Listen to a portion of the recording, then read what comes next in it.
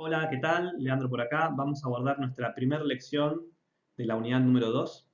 recurso disponible. Esta lección es importante en tanto que permitirá conocer y establecer qué tanto recurso solar existe disponible en el mundo y cuáles son en principio sus variaciones a lo largo del año. Para comenzar vamos a hablar de nuestro Sol, que no es otra cosa que un inmenso reactor nuclear encargado de convertir hidrógeno en helio mediante un proceso de fusión nuclear, y mientras lo hace libera una enorme cantidad de energía, y cualquier número que podríamos mencionar o que pudiésemos mencionar en torno al Sol va a ser realmente inmenso y va a ser realmente impresionante, pero en términos energéticos el Sol nos entrega a nosotros una cantidad de energía por unidad de tiempo y unidad de superficie, conocida como constante solar, y existente en el tope de nuestra atmósfera, por lo cual se considera como radiación solar extraterrestre, y equivalente a una cantidad de 1367 watts por metro cuadrado promedio. Esta cantidad de potencia por unidad de superficie, o energía por unidad de tiempo y unidad de superficie, es lo que el Sol pone, en términos energéticos, a nuestra disposición.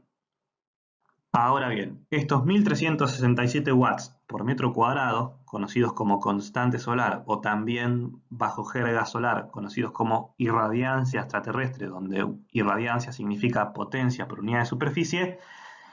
se toman como constantes, aunque realmente varían a lo largo del año, como podrán imaginarse, ya que no siempre la Tierra está igual de cerca, de igual de lejos que del Sol. Y esto en particular tiene que ver con la forma en la cual la Tierra orbita con respecto al Sol, pero particularmente como esta órbita es una circunferencia y la Tierra, como veremos más adelante, realmente se encuentra en términos aproximados casi a la misma distancia, esta variación de constante solar es mínima y está en el orden de los 1410 watts por metro cuadrado para el momento en el cual la Tierra se encuentra más cerca con respecto al Sol, momento de enero, y en torno a los 1320 watts por metro cuadrado para los meses de junio, julio, cuando la Tierra se encuentra particularmente más lejos. Con lo cual, la consideración de constante solar es bastante aproximada y esa es la potencia que el Sol entrega a nuestro planeta prácticamente en cualquier momento del año. Esta potencia, como radiación electromagnética que es, se reparte entre los espectros de radiación ultravioleta, radiación visible y radiación infrarroja en términos de longitud de onda del espectro electromagnético, y particularmente luego de que esa potencia atraviesa nuestra atmósfera, es filtrada en sus diferentes longitudes de onda por el oxígeno, el nitrógeno, el dióxido de carbono, el vapor de agua, etcétera, presente en la atmósfera, de forma tal de que esos 1367 watts son atenuados y particularmente podríamos decir en este momento que se distribuyen en las siguientes proporciones, donde cerca de un 5% se va a corresponder con radiación ultravioleta, que es aquella que en el caso del ser humano daña la piel, y el del 95% restante, mitad se corresponderá con luz visible, que es aquella que podemos ver con nuestros ojos, y la otra mitad se corresponderá con radiación infrarroja, que es aquella que nosotros podemos sentir bajo la forma de calor. Y de estos 1367 watts por metro cuadrado, que luego de la atmósfera se encuentran atenuados, nominalmente podemos hablar a su vez de 1000 watts por metro cuadrado como potencia solar nominal o irradiancia nominal, entendiendo esta característica de nominal como una característica de referencia, que particularmente se refiere a un momento de cielo claro en un contexto de mediodía y mayormente en verano. Es decir, en un momento del mediodía, de un día hermoso y de un solazo, podemos entender que encontraremos, que tendremos a nuestra disposición unos 1000 watts por metro cuadrado de potencia solar. Lógicamente, esta potencia será absolutamente variable durante el día, de forma tal que desde el amanecer podemos encontrar una cantidad de 0 watts por metro cuadrado, justamente siendo que el Sol comienza a aparecer en el firmamento. Al mediodía tendremos a encontrar los máximos valores de irradiancia y al atardecer nuevamente volveremos a cero.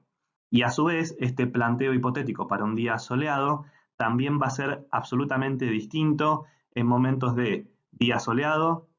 día nublado, día lluvioso y la misma noche, donde podemos encontrar valores de 1000, 500, 200 o incluso tan poco como 0 watts por metro cuadrado. De forma tal de que, en promedio, podríamos establecer que, considerando todos los momentos habidos y por haber del día en cuanto a horarios y en cuanto a clima, podemos trabajar con 200 watts por metro cuadrado aproximadamente de potencia solar promedio incidente. Por supuesto, una cantidad mucho menor con respecto a los 1000 watts por metro cuadrado, pero para un promedio que contemple momentos nocturnos donde claramente potencia solar no hay, este número es razonablemente lógico como potencia solar promedio disponible. Y estos 200 watts por metro cuadrado promedio de irradiancia, como promedio mundial que son, si los analizáramos en función de la posición geográfica, podríamos distinguir las regiones del mundo donde claramente hay mayor recurso solar y claramente hay menos, donde por ejemplo podemos hablar en términos de irradiancias promedio a nivel anual, que de vuelta contemplan absolutamente todos los momentos del año en términos climáticos y en términos de presencia del Sol, van de 150 watts por metro cuadrado a 250 watts por metro cuadrado, donde las regiones que menor recurso solar tienden a tener son aquellas que están cerca de los polos, tanto norte como sur, o las regiones donde por regímenes de lluvia hay una mayor cantidad de lluvia a lo largo del año que en otros lugares del planeta, y también, por supuesto, donde mayor recurso solar tenderemos a tener va a ser en las regiones cercanas al Ecuador y donde haya menos régimen de lluvia o de nubosidad. En la Argentina podemos destacar la región noroeste o en Latinoamérica en general, la región oeste, más bien por supuesto cordillerana, como un recurso donde verdaderamente puede observarse que hay una cantidad de energía solar de referencia en el mundo o un recurso de calidad global. Y como otro caso que merece mención, por ejemplo, en la región central de Europa, podemos mencionar la presencia o el caso de Alemania, que vale decir que es uno de los países pioneros y de mayor referencia a nivel de desarrollo tecnológico, desarrollo de mercado, de implementación, de legislación, etc. Y en todo caso,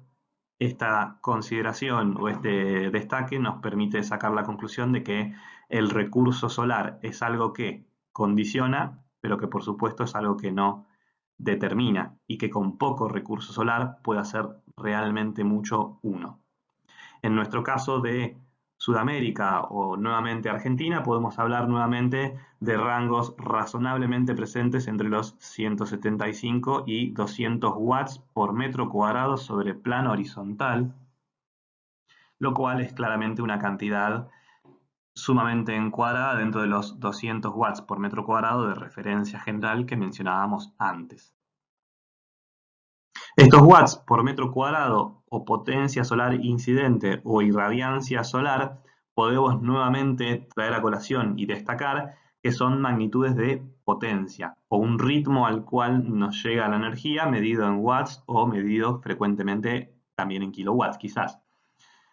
No obstante, no son una cantidad total de energía recibida o disponible a lo largo de un día o de un mes o de un año. Y en ese caso, en jerga solar, cuando se habla de energía, se habla de irradiación y nuevamente nos vamos a referir, al igual que antes, a esas cantidades, a esas magnitudes en términos de watt hora o de kilowatt hora. Y nuevamente traeremos a colación la relación siguiente, donde energía es igual a potencia por tiempo, o en correlato solar o en jerga solar, irradiación es igual a irradiancia por tiempo, donde la energía a lo largo de un día va a ser el acumulado de los flujos diferentes de potencia existentes, reinantes, a lo largo de los diferentes momentos de un determinado día o de un determinado mes o de un determinado año. Y en términos de irradiación, en este caso mundial, podemos establecer mediante el siguiente mapa mundi irradiación solar media anual sobre plano horizontal en términos de kilowatt-hora por metro cuadrado año en el rango de, para una gran región del mundo, de 1500 a 1800 o de 1800 a 2200 kilowatts-hora de vuelta por metro cuadrado año, donde se guardan las mismas relaciones que en el caso anterior de mapamundi y de irradiancia, donde cerca de los polos tendíamos a tener una menor cantidad de recurso solar, cerca del ecuador una mayor cantidad de recurso solar, y en zonas donde el sol tenga una muy buena incidencia y a su vez llueva poco, una gran cantidad de recurso solar, como en toda la región de África, como en toda la región de Oceanía o Australia, o Sudamérica, específicamente en el norte de la Argentina o en la zona centro-oeste de Latinoamérica. Estos 1800 kilowatts hora por metro cuadrado que podríamos decir que tenemos de energía disponible a partir del Sol, podríamos plantearnos la pregunta de si son mucho o si son poco. Y la respuesta puede ser tanto sí como no, porque en definitiva esa cantidad o esa comparativa va a depender de justamente contra qué lo comparemos. Y en términos domiciliarios, si tomáramos una familia tipo de 4 personas y una demanda de energía eléctrica, por ejemplo, típica asociada a esa familia, podríamos hablar de 300 kilowatts hora por mes de consumo eléctrico promedio, o, mismo decir, 3.600 kilowatts hora al año, que en definitiva, a razón de 1.800 kilowatt hora de energía solar, serían una cantidad de energía que encontraremos disponible en tan solo 2 metros cuadrados de sol. Y no estamos hablando de 200 metros cuadrados de sol o 2.000 metros cuadrados de sol, con lo cual esta cantidad de energía